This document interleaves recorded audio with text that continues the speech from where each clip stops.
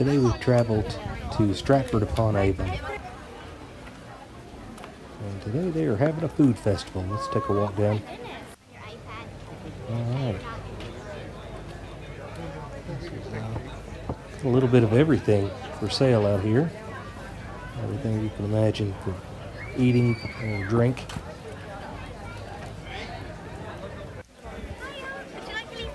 And a little bit of touristy stuff as well. Now along this main street here is the house where William Shakespeare, I think it was his boyhood home. We're going to go down here with the tour group and see that here shortly. You could get up here on your own, but we chose to have a tour bus take us around because we're not just here to see this, we're going to see several attractions in the area. So rather than drive up ourselves, this was the easy way to do it. Making our way to the Shakespeare house.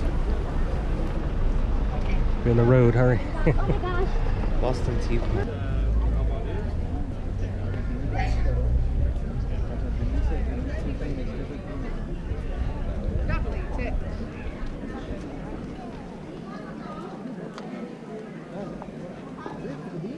Now, what happens here, we're going to go in here, they do a short audio show, and then we go to Shakespeare's house, which is next door. The next house is Shakespeare's house, where he was born and where he lived. And then eventually, you go through the house. I can't, it's small, so I've no way we're allowed to take you through, but I have got people in the rooms. And then when you come out, it's the next building down, the reddish colour, with a kind of a lopsided S on the side. That's where you come out. That is Shakespeare's bookshop. Now, so obviously to come out, you turn right. You're back at the coach, which is there. Now, the food festival, I know nothing about it because I've never had one here as far as I know. Obviously, it starts down here. Anyway, come with me. All right, we have tickets now.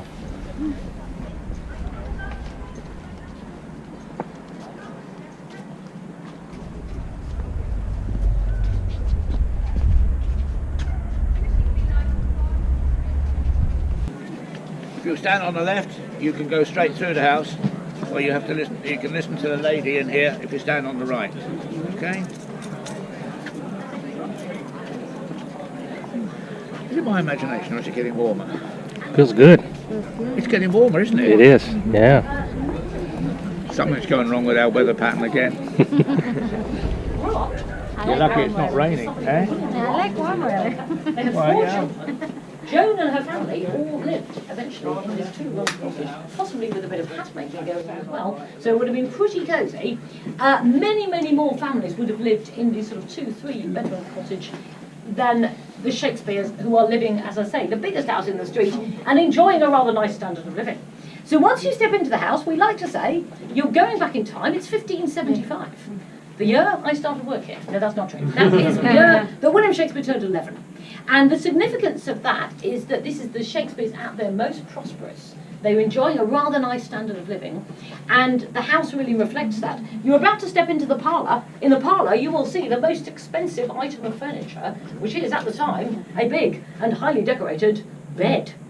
Now, beds and bedding were incredibly expensive, so a lot of people couldn't afford them.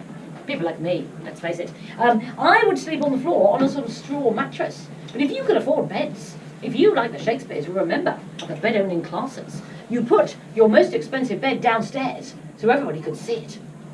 It was kind of the BMW on the drive of the 16th century. So what they call the best bed is on display in the parlour, only slept in by visitors. So honoured visitors would sleep in the best bed in the warmest room of the house.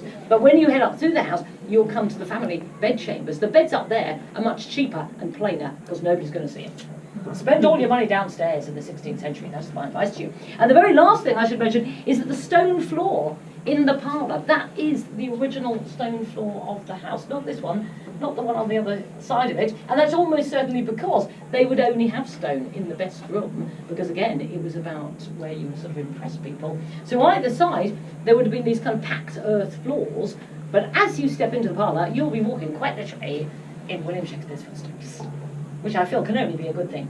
Thank you very much, ladies and gentlemen, for listening to all of that. Thank you so much for your time. You're going to meet some other guides in the house. You're going to find access in the garden.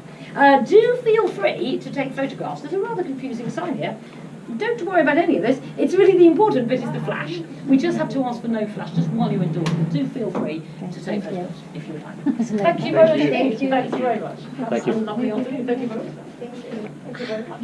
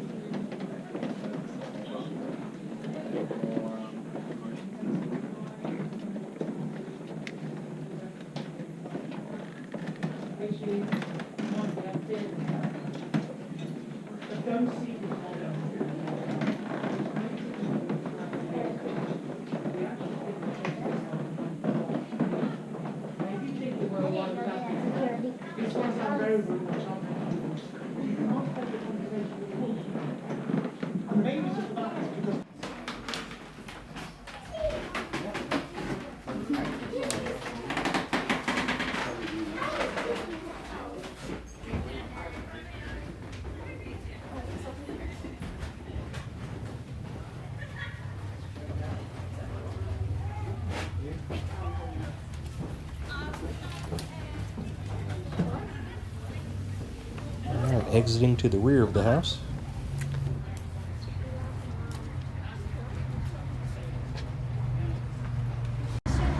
Weather permitting, they have actors going through Shakespeare's plays behind the house. Before the fatal noise of these two foes, a pair of star-crossed lovers take their lives, whose misadventure piteous o'erthrow to with their death bury their parents' strife. The fearful passage of their death-marked love, and the continuance of their parents' rage, which, for their children's death, nor could remove, is now within 2 minutes' traffic of our stage. The which, if you with patient ears attend, what here shall miss, our toil shall strive to mend. He jests at stars, but never felt a wound. So, what lightly on the window pane. It is the east, and Juliet is the sun. Here it is from the street that goes right through the middle of town. If you just want to see it from the outside, you can walk right by it, and there's no charge for that. You only have to pay if you want to go in. And I will say it's quite crowded. It's a major tourist attraction here. All right, I'll wrap it up with this.